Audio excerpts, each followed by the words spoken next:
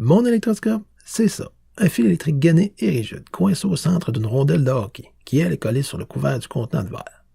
L'extrémité supérieure du fil, que j'appelle la tête, est coiffée d'une poignée de porte en laiton, alors qu'une paire de feuilles d'aluminium découpées en forme de poire est suspendue à son extrémité inférieure. À quoi ça sert? Voici un ballon de caoutchouc. Je frotte une partie de sa surface sur des cheveux secs pour obtenir une charge électrostatique, que j'approche ensuite près de la tête de l'électroscope. Et lorsque le ballon est suffisamment près, les feuilles d'aluminium commencent à s'éloigner l'une de l'autre. Et plus je l'approche, plus elles s'éloignent. Ainsi, la distance qui sépare le ballon et la tête de l'électroscope au moment où l'interaction débute constitue une mesure qualitative de l'intensité de la charge présente sur le ballon. Plus sa distance est grande, plus l'intensité de la charge est élevée. C'est tout? Non, il peut également servir à démontrer la propriété diélectrique d'un matériau. La quoi? Vous allez voir, je trace un cercle sur un autre ballon, de la taille de ma paume, avec un marqueur. Ensuite, je frotte ce cercle sur des cheveux secs. À présent, tout en gardant mes mains éloignées du cercle, j'approche cette surface chargée près de la tête de l'électroscope, mais pas trop près non plus. Les feuilles d'aluminium doivent se repousser lorsque le ballon approche, mais l'électroscope doit également demeurer neutre. Pour m'assurer qu'il est neutre à cette position, j'éloigne le ballon de l'électroscope d'une distance appréciable. Si les feuilles d'aluminium tombent complètement à la verticale, l'électroscope est neutre. Autrement, je dois le neutraliser en appuyant sa tête contre la surface métallique et nue d'un électroménager, comme le dessous d'un four à micro-ondes, par exemple. Puis je trouve la position à laquelle les feuilles se repoussent suffisamment et à laquelle l'électroscope demeure neutre. Maintenant, gardez un œil sur les feuilles d'aluminium pendant que je tourne le ballon sur lui-même. Comme vous pouvez le constater, les feuilles réagissent seulement lorsque le cercle chargé n'est pas trop loin de la tête de l'électroscope.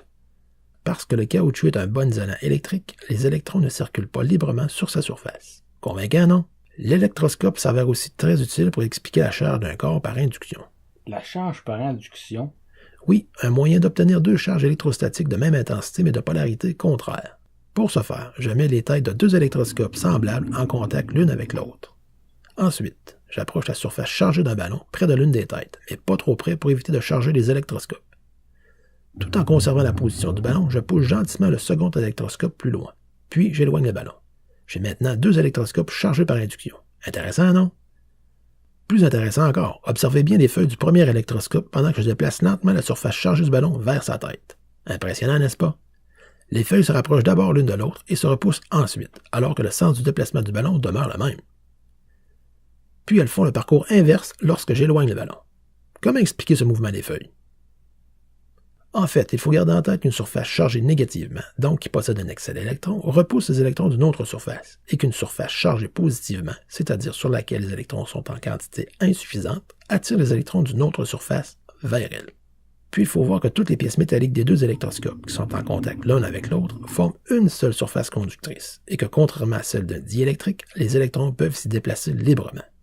Forcément, à l'approche du ballon chargé, des électrons vont donc passer d'un électroscope à l'autre. Ainsi, une charge opposée à celle du ballon va apparaître à la surface de la poignée de porte qui se trouve le plus près du ballon, et une charge de même polarité que celle du ballon va se loger dans chacune des paires de feuilles. Effectivement, les feuilles se repoussent parce qu'elles portent la même charge. Depuis, lorsque je pousse le second électroscope au moment où le ballon est près du premier, les électrons qui sont passés dans l'autre électroscope en deviennent prisonniers. Ils ne peuvent plus retourner d'où ils viennent parce que l'air est un bon isolant électrique. J'obtiens ici par induction deux charges, une dans chacun des électroscopes. L'une est positive et l'autre négative. Pour s'en convaincre, il suffit d'avancer la surface chargée du ballon près de la tête de chacun des électroscopes et de constater que leurs feuilles réagissent de manière différente, bien que la charge du ballon soit la même.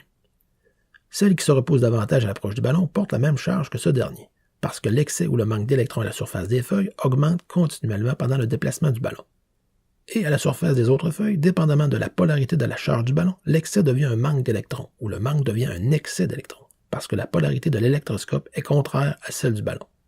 Au final, retenez que peu importe la condition électrique de l'électroscope, dès qu'une charge s'approche de sa tête, il y a un mouvement d'électrons qui s'effectue dans son ensemble métallique. Passons maintenant à l'électrophore. Qu'est-ce qu'un électrophore? Voici l'un des miens. Il s'agit d'une pile de cercles en carton recouvert de papier d'aluminium et muni d'un stylo en plastique en guise de manche, puis déposé sur un disque de polystyrène d'environ 27 cm de diamètre. À quoi ça sert? Démonstration! Je frotte le disque de polystyrène sur des cheveux secs pour le charger. Par la suite, je dépose le disque d'aluminium sur le disque chargé. Puis, j'approche un doigt pour toucher le bord du disque d'aluminium pendant que mon autre main touche la surface métallique et nue du micro-ondes. Surprise! Un petit arc électrique apparaît entre mon doigt et le disque d'aluminium. Ensuite, je soulève le disque d'aluminium avec le manche. J'approche l'un de mes doigts près de son contour et j'obtiens une autre petite décharge électrique. Effectivement, lorsque la force d'attraction entre les charges opposées est trop grande, l'air s'ionise et devient conducteur. Ça ne se voit peut-être pas au premier coup d'œil, mais le fonctionnement de ce générateur électrostatique est sensiblement le même que celui utilisé pour obtenir des charges par induction à l'aide des deux électroscopes. Regardez d'ailleurs la similitude qui existe entre les deux systèmes. Voici 3 cubes en contact l'un avec l'autre. Les deux à gauche représentent les têtes des deux électroscopes et celui à droite représente l'ensemble diélectrique que forme le ballon chargé et l'air entre le ballon et l'une des têtes. Cet arrangement peut être également repris avec l'électrophore. Dans ce cas-ci, les 2 cubes à gauche représentent la mise à la terre du micro-ondes et le disque d'aluminium, et celui complètement à droite représente le polystyrène. Lorsque je tente de toucher le disque d'aluminium avec mon doigt, alors qu'il est en contact avec le polystyrène, le manque ou le surplus d'électrons sur le disque d'aluminium est comblé ou évacué à l'aide de la mise à la terre du micro-ondes. C'est comme si je venais d'éloigner le second électroscope du premier. Dépendamment de la charge présente sur le polystyrène, les électrons se font prendre au piège soit sur le disque d'aluminium, soit sur la surface conductrice infinie que représente la mise à la terre.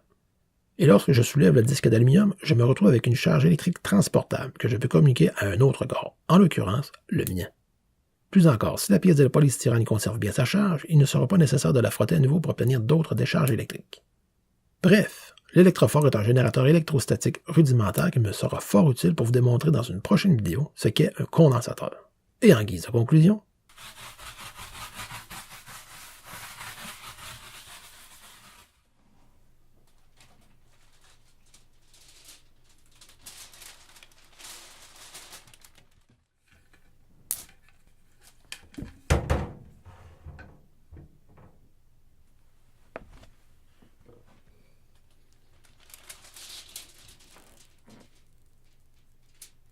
vous entendez les crépitements et les sifflements?